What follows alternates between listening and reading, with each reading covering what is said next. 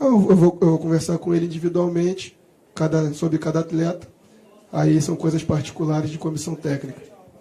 Marcelo, apesar do Flamengo ter conseguido pela primeira vez no ano uma sequência de 3 jogos sem levar gols, não conseguiu manter aquele nível de atuação que vinha tendo sob o seu comando. O que você, na sua opinião, o que você atribui o fato do Flamengo não ter feito um bom jogo hoje? Primeiro que você tem que levar sobre os aspectos da sequência que nós estamos jogando. Nós jogamos contra o Fortaleza no sábado. Então, muita gente achou que essa vitória sobre o Fortaleza foi uma vitória tranquila, e não foi. Visto que o Fortaleza saiu para jogar com o Atlético Paranaense lá, o Atlético ganhou de 1-0 depois que teve um jogador expulso do Fortaleza, e ganhou por 1-0 o gol aos 42, 43 do segundo tempo. O Fortaleza foi pegar o Grêmio depois, teve que perder mais um jogador para tomar um outro gol aos 44. Então, esse tipo de jogo do sábado não foi um jogo tranquilo. Nós ganhamos porque jogamos bem. Se não tivesse jogado bem, não ganharia do Fortaleza. Uma equipe muito bem treinada pelo Rogério, uma equipe muito bem montada. Então, isso valorizou o nosso trabalho no jogo de sábado, mas criou um desgaste. Chegamos na terça-feira com um tempo de recuperação muito curto do jogo de sábado, onde era uma decisão de campeonato, onde valia uma vaga, uma competição eliminatória, que tem um desgaste psicológico muito grande. Visto que o Corinthians também fez uma grande atuação no jogo de terça, e chegou no jogo de ontem e também empatou o jogo. Então, para as duas equipes houve um desgaste emocional, não é só físico, é um desgaste geral.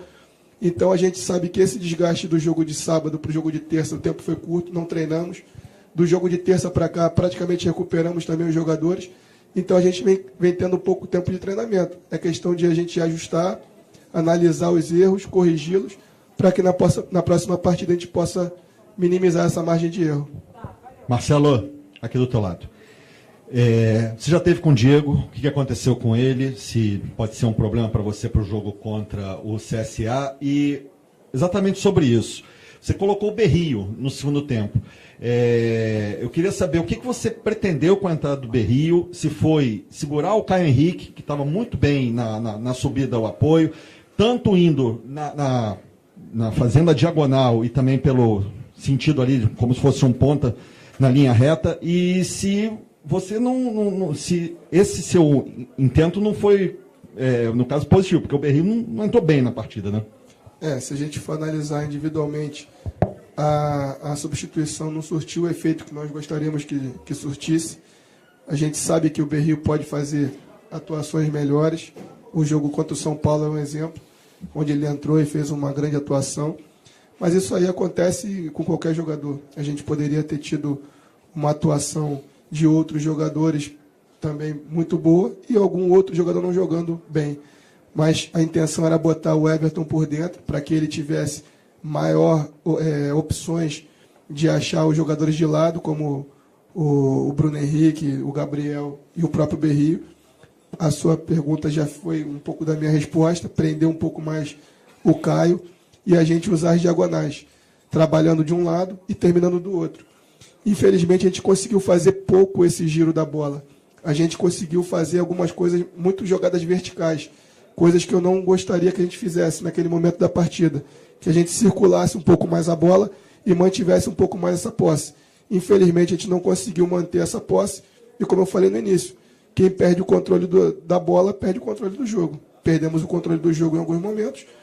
Quando a nossa equipe ficou postada, em alguns momentos eles tiveram posse, mas não tinha infiltração, e a gente conseguiu manter esse padrão em algumas situações. O Vitinho entrou depois.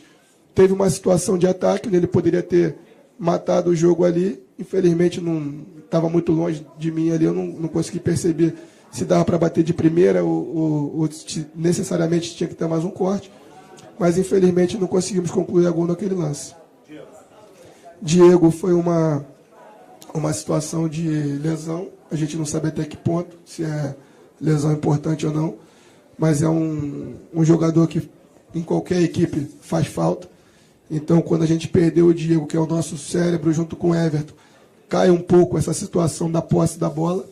A gente colocou um jogador que é de velocidade, mas faltou um outro jogador, como a gente gosta de colocar para jogar. Vocês viram no jogo do Fortaleza, aonde eu botei o Arrasca com o Diego e o Everton, porque é uma característica de equipe que eu gosto, aonde a gente mantém mais a posse de bola.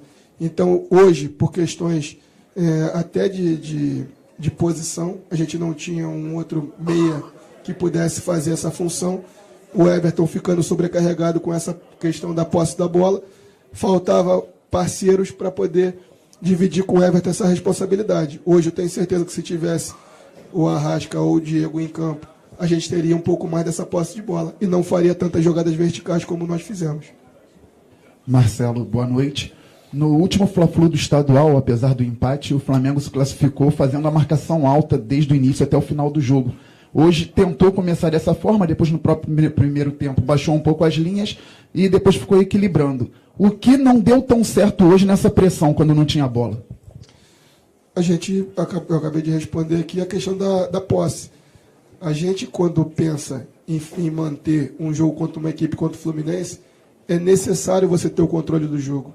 É necessário você ter a bola.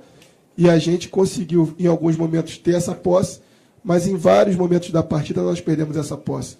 E quando você dá a posse para ele, você tem que correr para trás. E a gente não queria correr para trás, a gente queria correr para frente. Cada vez mais adiantando nossas linhas. Mas quando você joga para frente e erra o passe, você obrigatoriamente tem que correr para trás. Então as linhas elas abaixavam mediante a forma que a gente errava o passe. Se a gente conseguisse ter o controle do jogo, conseguisse ter o volume que nós esperávamos da posse de bola, a gente fatalmente iria empurrar o Fluminense para frente. Quando a gente perde o controle do jogo e dá a bola para eles, a gente tem que correr para trás. Então o que não deu certo foi que nós tivemos esse pequeno volume de jogo e não tivemos o que nós esperávamos, que era essa circulação de jogo e trabalhando pelo lado oposto para poder terminar a jogada como nós pretendíamos. Boa noite, professor. Para fechar. Fechar aqui contigo, né? O jogo de hoje mostrou que a equipe do Flamengo não conseguiu aquele padrão que você vinha dando nos últimos 2 jogos. Gostaria que você falasse a respeito do que você pode melhorar nesse time para o jogo contra o CSA, até porque a equipe do Palmeiras venceu ontem, para que o Flamengo não se desgarre tanto do líder na competição. A nossa expectativa é que a gente possa fazer ajustes, mas em questão de treinamento é praticamente inviável que a gente possa fazer algo dentro do treinamento. Agora é ajuste dentro do vídeo, numa situação de conversa particular. Agora, em termos de treinamento, jogamos hoje, já tem 2 dias para o jogo de quarta-feira. Então, agora é controle de carga, controle do trabalho interno dos atletas e ajustar agora nessa parte que a gente chama ali daquele ajuste fino, para que a gente possa, na partida de quarta-feira, voltar a ter atuações como aquela que nós tivemos no jogo de sábado. Ok, gente. Obrigado. Encerrou o Flamengo. Não, boa noite. A programação está mantida.